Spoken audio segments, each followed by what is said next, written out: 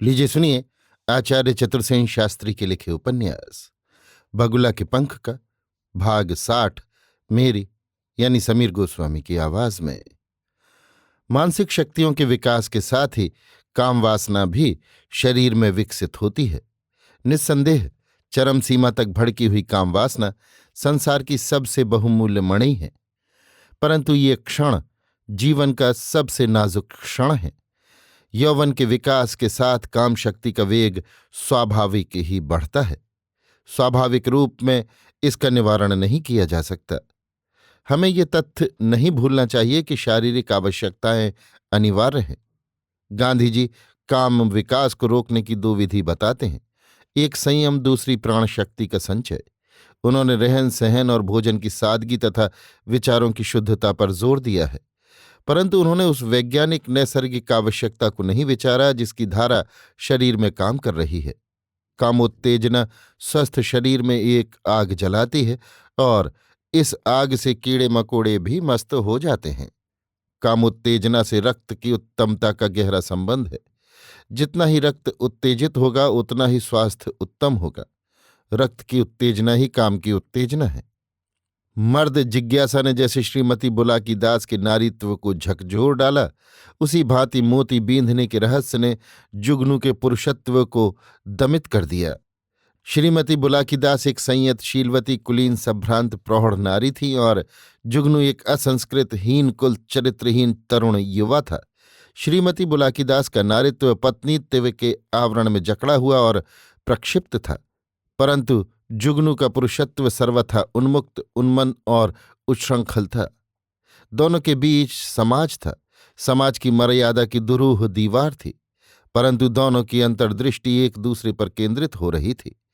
लाख लाख बार भूलने की चेष्टा करने पर भी श्रीमती बुलाकी दास के स्मृति पटल पर जुगनू का वो अश्रुतपूर्व वज्रवाक्य जैसे तप्त लोह शलाका से प्रतिक्षण शत सहस्त्र बार लिखा जा रहा था, और उसी के साथ प्रतिक्षण शत सहस्त्र बार जुगनू का ताज़ा यौवन से भरपूर बलिष्ठ और आकर्षक शरीर जबरदस्ती उनके मानस नेत्रों में घुसा पड़ रहा था। उनका यौवन अब चढ़ाव पर न था, परंतु लबालब था। ऐश्वर्य में वो सराबोर था, परंतु था समुद्र की भांति मर्यादित, संयत। कामतत्व उनके नारीत्व में न था, पत्नीत्व में था, परंतु अब उनके समूचे संस्कारों, संयमों, मर्यादाओं की सीमा का उल्लंघन करता हुआ वो काम तत्व पत्नीत्व के कवच को तोड़ता फोड़ता नारीत्व की ओर उमड़ा चला आ रहा था, और उनका सारा ही संयम जैसे खर्च होता जा रहा था। परंतु जैसे अज्ञात ही में इस अंतर्द्वंद्व में उनकी चेतना में उनकी एक अयोग्यता की पूर्ति भी छिपी हुई थी, जो इस संपूर्ण प्रवृत्ति की मूलधारा थी। वो थी पुत्र प्राप्ति की संभावना, जो उनको सफल नारी और सुरखरू पत्नी बना सकती थी, और जिसके लिए श्रीमती बुलाकी दास की श्रेणी की स्त्री बड़े से बड़ा मूल्य चुकाने पर आमादा हो सकती थी। जुगनू इस समय उस अवस्था को पहुंच चुका था जबकि पुरुष को स्त्री की अत्यंत आवश्यकता होती है। उसका स्वास्थ्य उत्तम था, यौवन उठता हुआ था, वासना अमर्यादित थी। वो हकीकत में समाज की मर्यादा से बद्ध न था। उसका न कोई इतिहास था, न वो खानदानी व्यक्ति था, न वो चरित्र से, न आदर्श से, न संयम से अनुबंधित था। परिस्थितियों ने उसे सभ्यशिष्ट समाज के साथ जकड़ दिया था, पर वो सभ्यशिष्ट तो कतई न था, परंतु उसे दुराचारी या लंपट कहने की अपेक्षा ये कहना अधिक उपयुक्त होगा कि वो काम की भूख से पीड़ित था, और अपनी इस भूख की निवृत्ति के लिए वो खून तक कर सकता था। विवेक और शील का तो उसकी चेतना में कोई स्थान ही न था, फिर भी वो प्रकृत अपराधी पुरुष न था। बस यही खैरियत थी।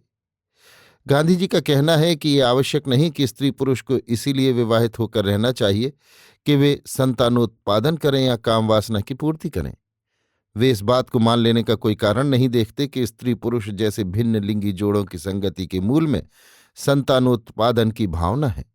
वे दंपति के प्रेम के मूल में प्राणी मात्र की एकता की साधना की कल्पना करते हैं, परंतु उनकी ये बातें सारहीन हैं और उस अनाड़ी आदमी के कथन के समान हास्यास्पद और अव्यवहार्य हैं, जो चिकित्सा शास्त्र को तो नहीं जानता, सिर्फ इतना जानता है कि रोगी को दवा देने की एक परिपाटी है, अतः कुछ न कुछ दवा देने से फायदा ही हो जाएगा।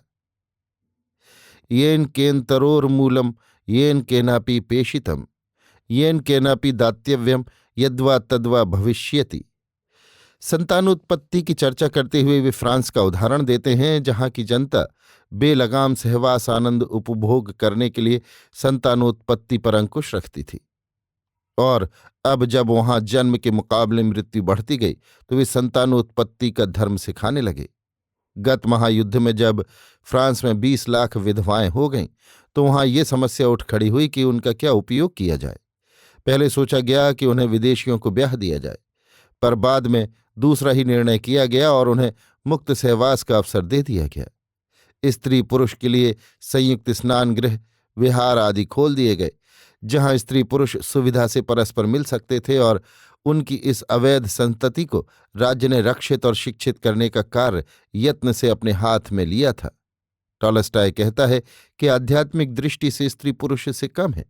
उसका कहना है कि भले ही तुम उनके अधिकारों पर नियंत्रण न करो, उनका आदर प्रेम पुरुषों के समान ही करो और अधिकारों के मामलों में उन्हें पुरुषों ही के समान समझो, परंतु एक स्त्री पुरुष के समान बुद्धि, मानसिक विकास और अन्य विशेषताएं नहीं रख सकती। स्त्री आध्यात्मिक दृष्टि से कमजोर है, उसे आध्यात्मिक समता की कीच से दबाना निर्दयता है। अलबत्ता स्त्रियों में मन को वश में रखने की क्षमता पुरुष की अपेक्षा अधिक है, किंतु बुद्धि के आवेशों पर उनकी श्रद्धा नहीं होती। वेद का एक वाक्य है कि सद्गुणी युवतियां उपयुक्त युवकों के पास जाएं। निसंदेह ये वाक्य स्त्री को पत्नीत्व से नहीं बांधता। यूनानी तत्ववेत्ता प्लेटो कहता है, सभी स्त्री पुरुष राष्ट्रीय संपत्ति हैं।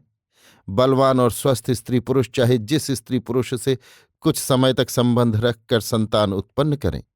प्लेटो स्पष्ट ही विवाह का विरोधी है, परंतु प्लेटो के इस सिद्धांत में मनुष्य स्वभाव की तथा स्त्री पुरुषों के प्रकृत आकर्षण की स्पष्ट अवहेलना की गई है। उसके सिद्धांत में मातृत्व का, पितृत्व का, पति पत्नीत्व का कोई स्थान नहीं है। रोमन पद्धति में स्त्रियों की स्वाधीनता सुरक्षित थी।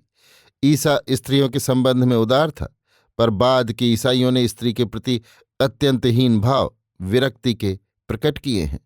टॉलस्टॉय विवाह संस्था को ईसाइयत के विपरीत मानता है। वो उसे पाप और आत्मसेवा कहता है। वो कहता है कि आदमी को विवाह उसी प्रकार करना चाहिए जैसे वो मृत्यु को प्राप्त होता है। पुत्र के प्रति उसका वो आकर्षण नहीं है जो हिंदू पति का है। संतानोत्पत्ति के प्रति उसके हीन भाव हैं। यूरोप और अमेरिका में विवाह के पूर्व ही प्रायः युवतियां काम तृप्ति करने लगती हैं, जिससे उनका दाम्पत्य जीवन अविश्वसनीय हो जाता है। वहां संतति निरोध को खास महत्व दिया जा रहा है। और मजे की बात यह है कि जैसे प्राचीन नारियों का पुत्रोत्पादन आर्थिक रूप से महत्वपूर्ण था, उसी प्रकार आज सभ्य देशों में संतति निरोध आर्थिक महत्व का सर्वोपरि प्रश्न बनता जा रहा है।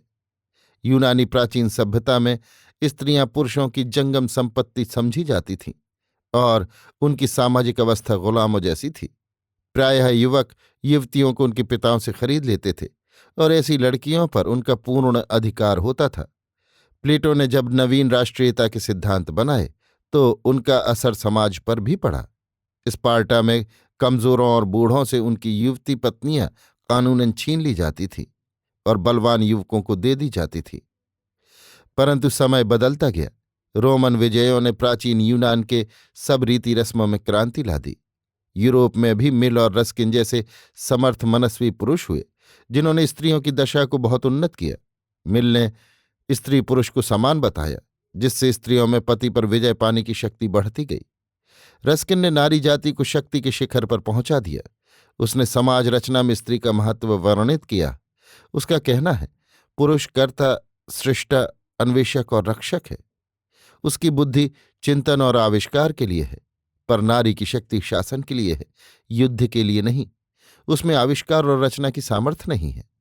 शासन प्रबंध और निर्माण की शक्ति है। वो वस्तुओं के उचित तत्व, गुण और अधिकार और स्थान की परख कर सकती है। अपने कर्तव्य और स्थान के लिहाज से वो सारी आपत्तियों तथा प्रलोभनों से बची रहती है। इन बातों ने यूरोप में पत्नीत्व की प्रतिष्ठा पुरुष की समान भूमि में स्थापित कर दी। यहाँ तक कि अनिवार्य रूप से एक पुरुष की एक समय में एक ही स्त्री पत्नी के रूप में रह सकती है। ये एक पत्नी व्रत अंग्रेज भारत में लाए और स्त्री समानता का भाव भी, जिसे भारत के नवजीवन का पूरा पोषण मिला, परंतु एक पत्नी व्रत में बंधन के साथ यूरोप का तलाक नहीं सम्मिलित हुआ। अतः हिंदू पत्नी जरा सा सामाजिक विकास पाकर भी शुद्ध रूपेण पति की आर्थिक और सामाजिक दास्ता में बंधी हुई थी। और अब भी जब उसके बंधन एक एक करके खोले जा रहे हैं, वो बंधी रहने की चिरंतन अभ्यस्त बनी हुई है। श्रीमती बुलाकी दास ऐसी ही भारतीय महिला थीं। अभी आप सुन रहे थे आचार्य चतुर्सेन शास्त्री के लिखे उपन्यास बगुला के पंख का भाग 60, मेरी यानी समीर गोस्वामी की आवाज में।